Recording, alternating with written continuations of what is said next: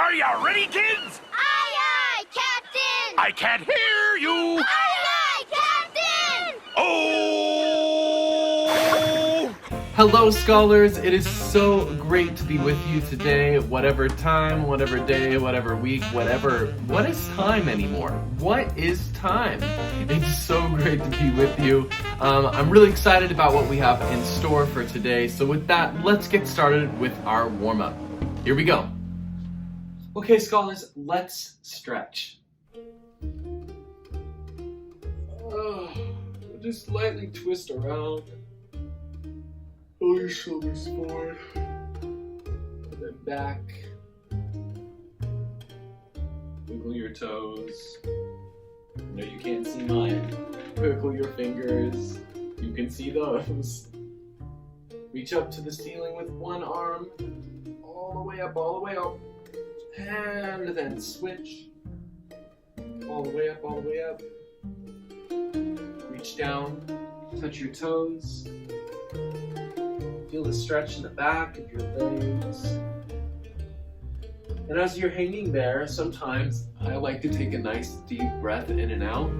So hang there, deep breath in, let it out, and then slowly stand up. Nice job, nice job. Let's take a deep breath in, using our diaphragm. Exhale. Deep breath in. Exhale. Nice job. And one more. Deep breath in. And out. Alright, let's shake it out, everybody. 1, 2, 3, 4, 5, 6, 7, 8. 1, 2, 3, 4, 5, 6, 7, 8. 1, 2, 3, 4, 5, 6, 7, 8. 1, 2, 3, 4, 5, 6, 7, 8. 1, 2, 3, 4, 5, 6, 7. 1, 2, 3, 4, 5, 6, 7. 1, 2, 3, 4, 5, 6, 7. 1, 2, 5, 6, 7. 1, 2, 3, 4, 5, 6. 1, 2, 3, 4, 5, 6. 1, 2, 3, 4, 5, 6. 1, 2, 3, 4, 5, 6. 1, 2, 3, 4, 5. 1, 2, 3, 4, 5. 1, 2, 3, 4, 5. 1, 2, 3, 4, 5. 1, 2, 3, 4. 1, 2, 3, 4. 1, 2, 1, 2, 3, 4. 1, 2, 3. 1, 2, 3. 1, 2, 3. 1, 2, 3. 1, 2, 1, 2, 1, 2, 1, 2, 1, 1, 1, 1, 0.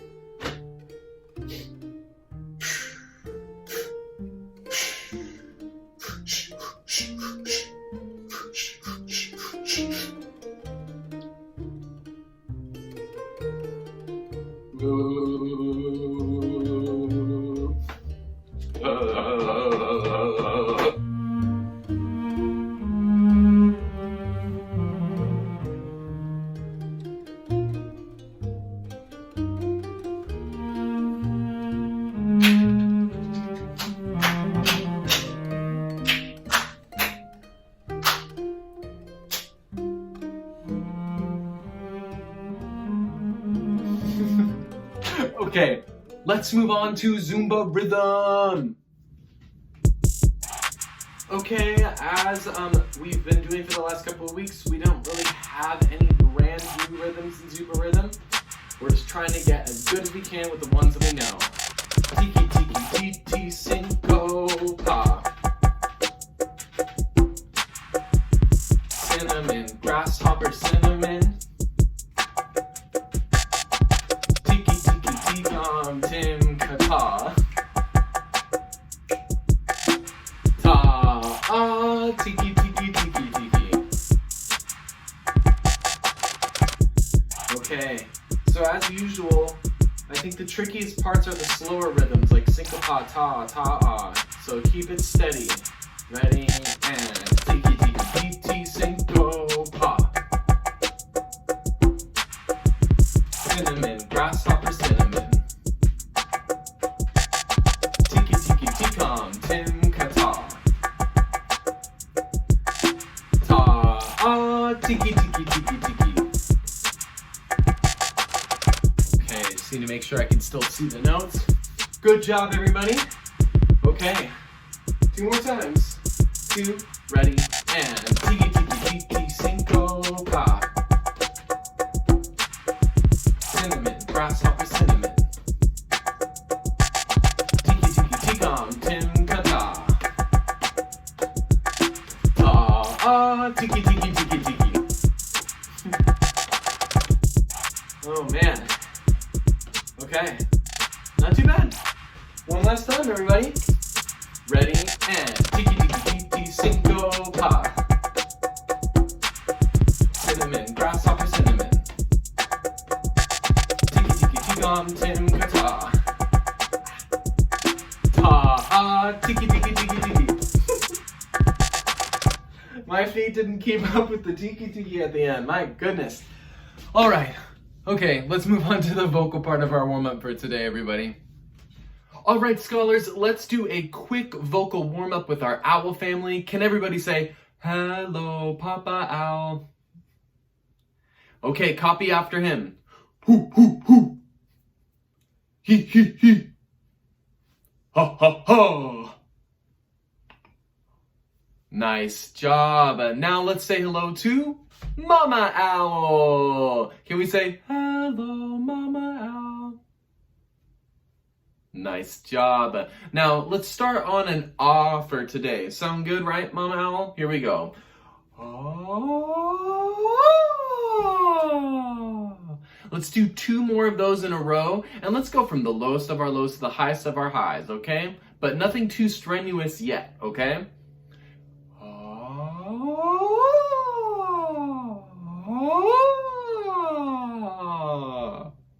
Pretty good. Nice job. Let's say hello to Baby Owl.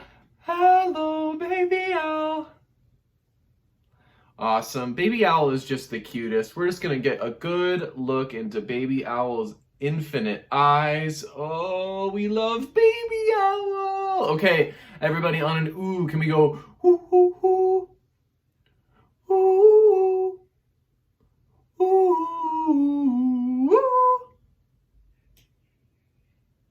Nice job, nice job. And now, finally, can we say hello to Artie?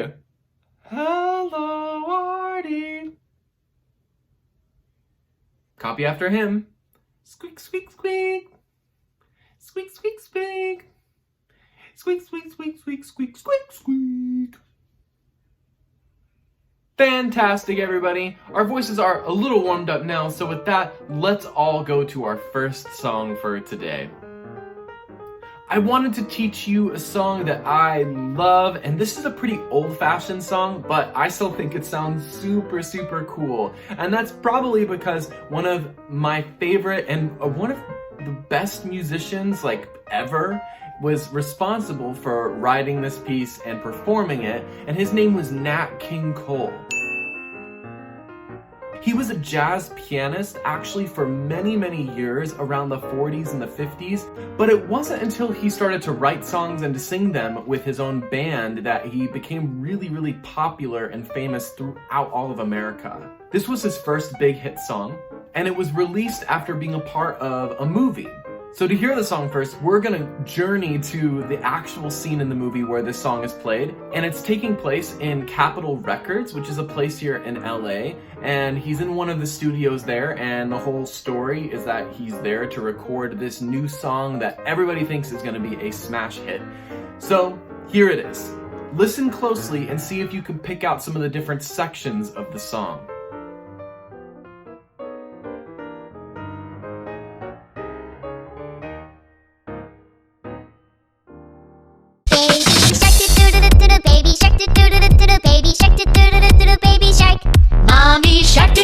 I totally got you guys so good. You thought it was gonna be something else, but it wasn't for a couple seconds. So funny.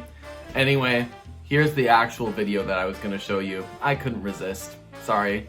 About to launch his new career on wax. Nat felt very lucky. The recording company was certainly giving him a break. Or was King Cole about to give them a break? A buzzer took a monkey for a ride in the air. The monkey thought that everything was on the square. The buzzer tried to throw the monkey off of his back. The monkey grabbed his neck and said, "Now listen, Jack. Straighten up and fly right. Straighten up and fly right. Straighten up and fly right. Cool down, Papa, don't you blow your top. Ain't no use in diving. What's the use of jiving? Straighten up and fly right. Cool down, Papa, don't you blow your top." The buzzer told the monkey, "You are choking me. Release your hold and I will set you free."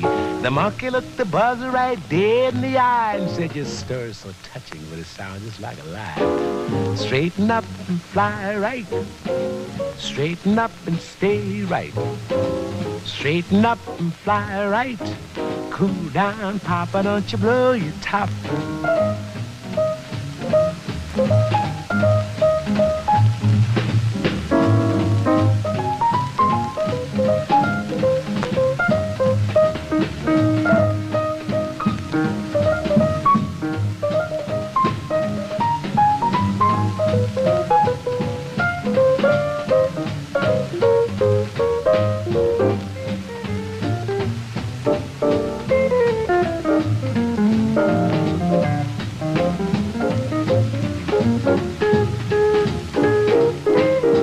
Straighten up and fly right. Straighten up and stay right. Straighten up and fly right. Cool down, Papa, don't you blow your top. Fly right. Now, I don't know about you, but I love that video and I love how easy it looks.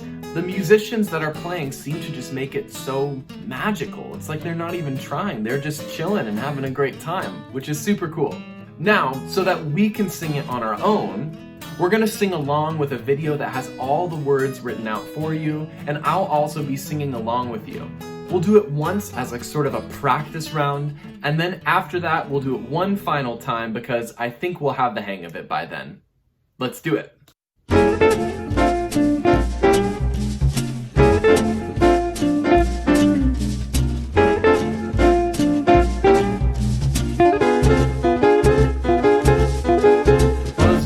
Monkey for a ride in the air. The monkey thought that everything was on the square.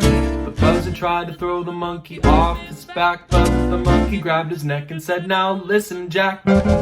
Straighten up and fly right. Straighten up and stay right. Straighten up and fly right. Cool down, Papa, don't you blow your top. Ain't no use in diving. What's the use of jiving? Straighten up and fly right. Cool down, Papa, don't you blow your top."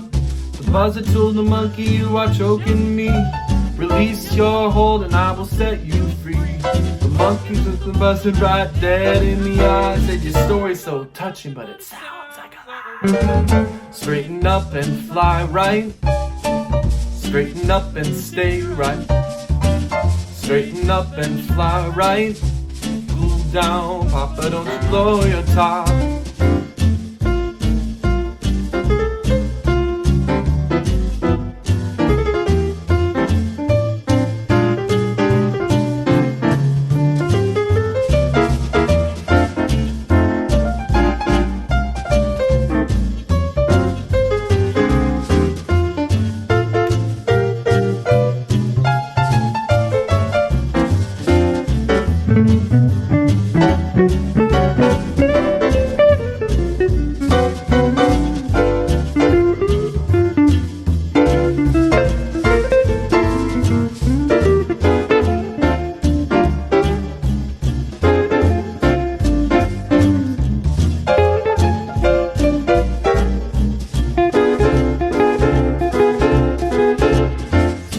up and fly right. Straighten up and stay right. Straighten Straighten up and fly right. Cool down, Papa, don't you blow your top. Ain't no use in diving. What's the use of jiving? Better straighten up and fly right. Cool down, Papa, don't you blow your top. Fly right. Alright, hopefully you got the hang of it as we listened through it that one time. Let's sing through our song one more time, and then we will move on to the next activity in our lesson for today.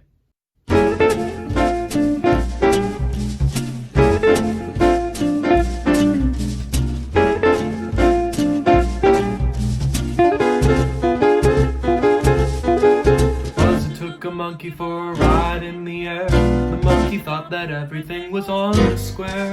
But Buzzer tried to throw the monkey off his back, but the monkey grabbed his neck and said, "Now listen, Jack. Straighten up and fly right. Straighten up and stay right. Straighten up and fly right. Cool down, Papa, don't you blow your top. Ain't no use in diving. What's the use of jiving? Straighten up and fly right. Cool down, Papa, don't you blow your top. The Buzzer told the monkey, "You are choking me. Release your hold and I will set you free." The monkey took the Buzzer right dead in the eye. Said, "Your story's so touching, but it sounds like a lie." Straighten up and fly right. Straighten up and stay right. Straighten up and fly right. Cool down, Papa, don't you blow your top.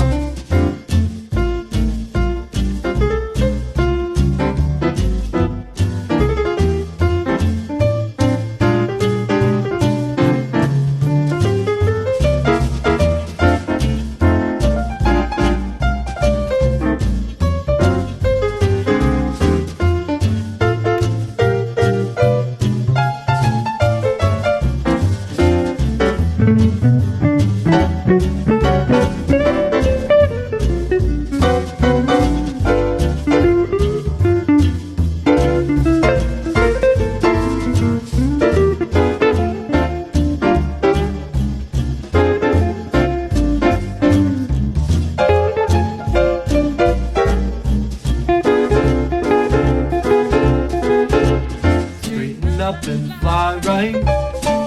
Straighten up and stay right. Straighten up and fly right. Cool down, Papa, don't you blow your top. Ain't no use in diving. What's the use of jiving? Better straighten up and fly right. Cool down, Papa, don't you blow your top. Fly right.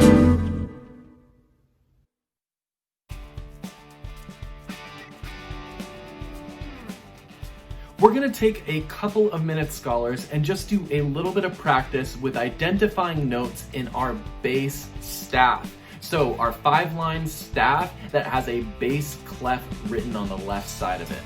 We went over this last time, so this will just be a good opportunity to review. We're going to walk through an online quiz together, so you can just follow along with me and see if you come up with the same answers that I do. To help, I will put a couple of different things on the screen as well that you can use in case you want to in order to identify the notes as we see them. Let's begin.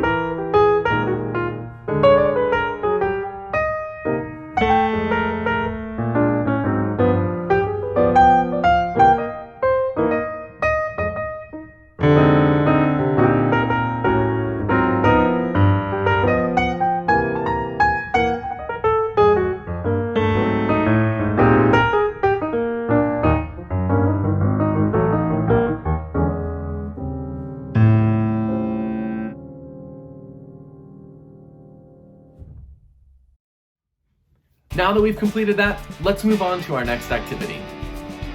So for our main activity today, we are going to start a project that will occur over the next 2 weeks. Today is going to be an explanation of what the project is, and then next week I will be giving you a shorter video lesson so that you have some time to complete the project. Now this project isn't necessarily quite as music theory related, like having to do with notes or rhythms or music knowledge of that kind. Instead, what this project is focusing on is a little bit more about how modern music is made, who are the people that are responsible for it, and then we're going to apply that new knowledge and we're going to apply it individually to songs that you all want to learn more about. So what we're going to be doing is what I'm going to call our song research project. You will pick a song that you love and would love to know more about. After that, you'll be using the internet and Google and other things like that in order to learn more specific information about that song. Over the next couple of minutes, I will go over exactly what I want you to find out, and I will also show you how to find these things out. Both the hardest thing about this project and the most interesting thing in my perspective is we're basically going to try and chart who is responsible of making a song from the very, very first little idea that it starts off as and takes it all the way to the finished product that we get to listen to on things like Spotify and YouTube and all other ways that we get our music today. So before I talk to you about how you can find out some of this information and what exactly I'm asking of you, we need to talk about some of the jobs that are a part of making a song or a record. All right, scholars, so as you can see, there is a diagram up on your screen and it has a lot of different stuff on it. To be honest, there is a ton of information here, and the problem that I'm having is that I don't know exactly what song that you're gonna pick as far as what you want to learn more about. So I'm gonna break down all the different things that you could possibly learn about this song and who's responsible for helping make it into a record, into a recording that you can listen to. So let's start sort of at the top, because the top is the most basic way to sort of wrap our minds around how a record is made. Here we have artists, and then we have songwriters and producers. So these three jobs, basically in the modern music industry, are these are three things that can be done by the same person, and a lot of people do all three of these jobs. But for the sake of today, let's separate them, and then so we get a better idea of what they're responsible for. Okay? So the artist is basically like somebody like Billie Eilish. There's a song "Bad Guy," right? Super famous song by Billie Eilish, and that song was written for her to be the artist who was singing it, okay? And an artist doesn't necessarily have to be just a singer, right? An artist can be a DJ who never sings any of their own stuff, but instead is like responsible for making the music. So the artist can be pretty much anybody. The songwriters are the people who are responsible for writing the actual words that are sung, as well as the notes that are being sung as well, and maybe some of the general notes and music that is behind the singer.